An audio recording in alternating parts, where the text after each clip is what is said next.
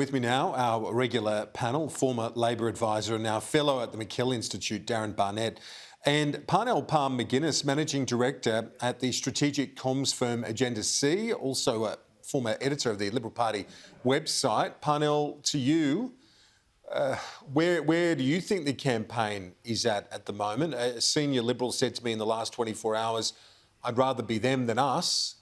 What's your take?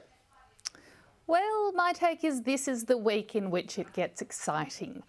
The final week of the campaign is when upsets happen and when what people think they know is true gets turned around. Anything can happen in the last week of an election campaign. And in many seats, this is a lot tighter than they, as your Liberal strategist said, would like it to be. So this is not over yet. The fat lady hasn't sung. Yes, certainly not. Darren Barnett, what's your take on it? I know that you're looking forward to election day. You'll be with us as well as part of the team behind the scenes. What's your read?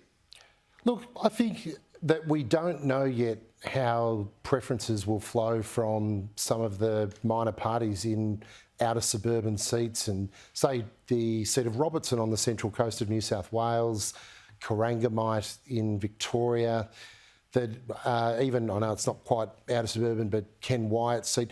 What will happen with UAP preferences? What will happen with One Nation preferences?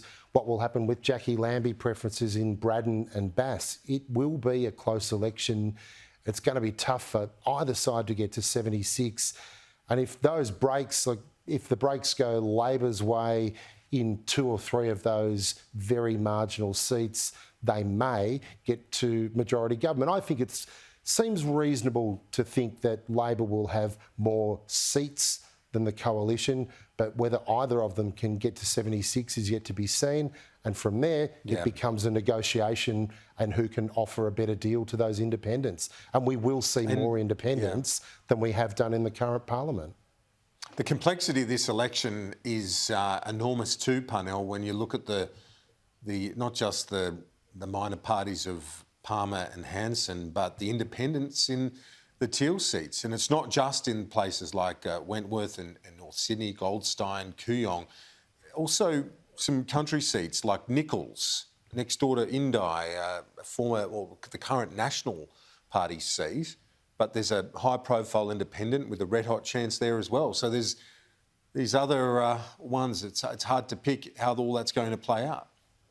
Yeah, it absolutely is. And many voters don't know themselves at this stage, which is why this week is so important for the campaign.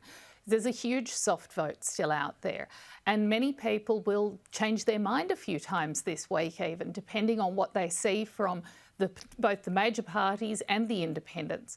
And, and some people won't make up their mind until they're at the ballot box. So it's really crucial this week, and it will swing the election. Look, we know that there is a lot of disaffection with the major parties, a lot of willingness to vote independent.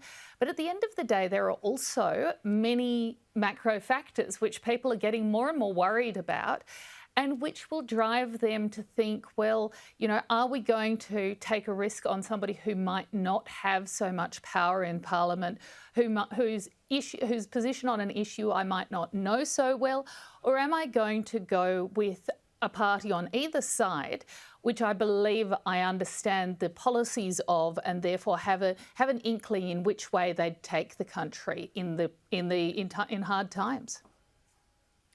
Darren Barnett, the other thing that I've been noticing, Andrew Clennell and I have been talking about it at length in recent days, the respective advertising campaigns. The one thing that is clear is that Labor's ads are much better and much more potent than they were 3 years ago. Yeah, that's true. And also, I think 3 years ago, a lot of the ads had been used in the by-elections in Longman and Braddon. The colours hadn't been updated and a lot of the messages were the same, even though by that stage we'd changed from Turnbull to Morrison as PM. So Labor probably underperformed on advertising last time, but this time their ads are pretty good. But I've got to say, I live in the seat of Wentworth, and every time I check any social media, it's a Allegra spender. It's the amount of money that the Teals are putting into social media advertising and advertising in their key seats, I think is more than the majors have in their pockets. So that'll be another thing. Do you think that they'll win a? Do you think they'll win a few, Darren? I do. I do think they'll win a few. I think they're a good chance of winning Goldstein, Wentworth. You can probably count Warringah as a teal seat in many ways. And there'll be roundabouts in North Sydney, although I think there's a bit of an issue where the Labor candidate may finish in front of the independent, in which case probably Zimmerman would hold. Jason Falinski's probably safe. Josh Frydenberg's the multi-million dollar question. No one really knows how that's going to land. Curtin's another one to watch. Yeah. I've heard that there's some interesting numbers coming out of there. And you rightly point out Nichols. I think Nichols, given that it's a retiring member and the Libs and the Nats are both contesting, that does make it easier for the independent to finish second and for no one to get a primary over 45, and then it's game on. Same in Higgins, that maybe Labor can sneak over the line. There's always going to be unexpected results, but I do think the Teals will do well. And just on that Nichols front, well-resourced, big profile, well-known in that area. They're the two ingredients, a name that people know and resources to help push that name, and you're a red-hot chance. Now, Parnell, what about the policy at the Liberal launch on Sunday? Did it hit the mark? And is it a chance of shifting enough votes? Yeah, I think it really did hit the mark, and it hit a really important demographic that has not considered the Liberal Party necessarily, but will now be assessing it differently because they are young, they need to buy a house, they want to buy a house, and this opens up an avenue to them which Labor isn't offering. It is, as many people have observed, a policy that cannot be copied by the Labor Party because industry super funds would scream blue murder. So it is something that is really going to stay unique to the Liberal Party up until the ballot box. People are going to be thinking about this. I think it's also important to note that at the Liberal launch, there was a framing around this policy, which is important. The Prime Minister talked a lot about the importance of family and the importance of community and the units of society that we work around. There is a strong cultural message in that, which is going into the migrant communities, into the regions, which really hits those groups where the Liberal Party won last time and expects and hopes that it can shift some votes again in its direction.